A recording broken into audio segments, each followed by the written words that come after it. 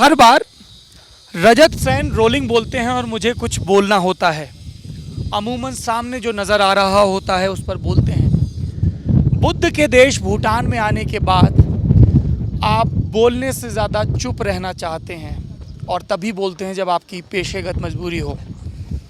मैं बोल रहा हूँ क्योंकि मैं आपको कुछ दिखाना चाहता हूँ। आपने बुद्ध को देखा, ये बुद्ध की सबसे बड़ी मूर्ति है। आपने किले को देखा, हमारे भूटान के साथी दोस्त। और अब आप इस घाटी को देखिए, थिम्पू, भूटान की राजधानी, आपके सामने कई पहाड़ियों के बीच पसरी हुई है और इसी के बीच से एक नदी भी बह रही है। नदियों के किनारे शहर बसते हैं, नदियाँ बहती हैं और शहरों के किस्से उनके साथ बहते हैं। क्या है थिम्पू का किस्सा? What's the story of Thimphu? Actually, the capital of Bhutan in olden times was in Punakha district. So only during the time of third king in 1962 they have like shipped the capital from Punakha to here in Thimphu.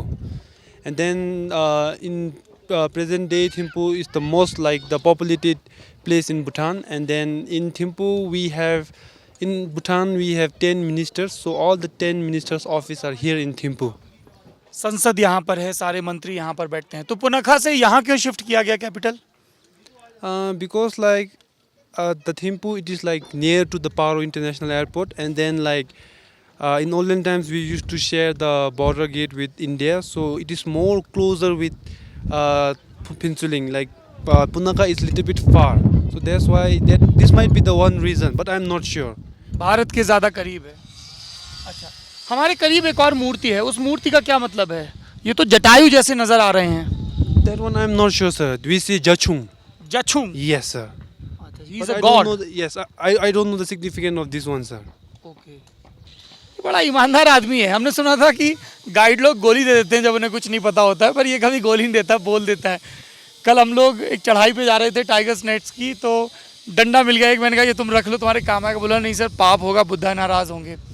Buddha का बार बार जिक्र आ रहा है। ये देखिए, बुद्धा के प्रसाद को भव्य बनाने के लिए रात दिन यहाँ पर काम चल रहा है साल 2006 से।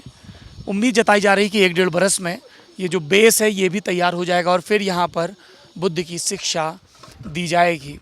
एक और शिक्षा की तलाश में, एक और किस्से की तलाश में, एक और शहर के पाँव पाँव नापेंगे, एक और शहर को नक्शे से उठाकर नज़र में बसाएंगे।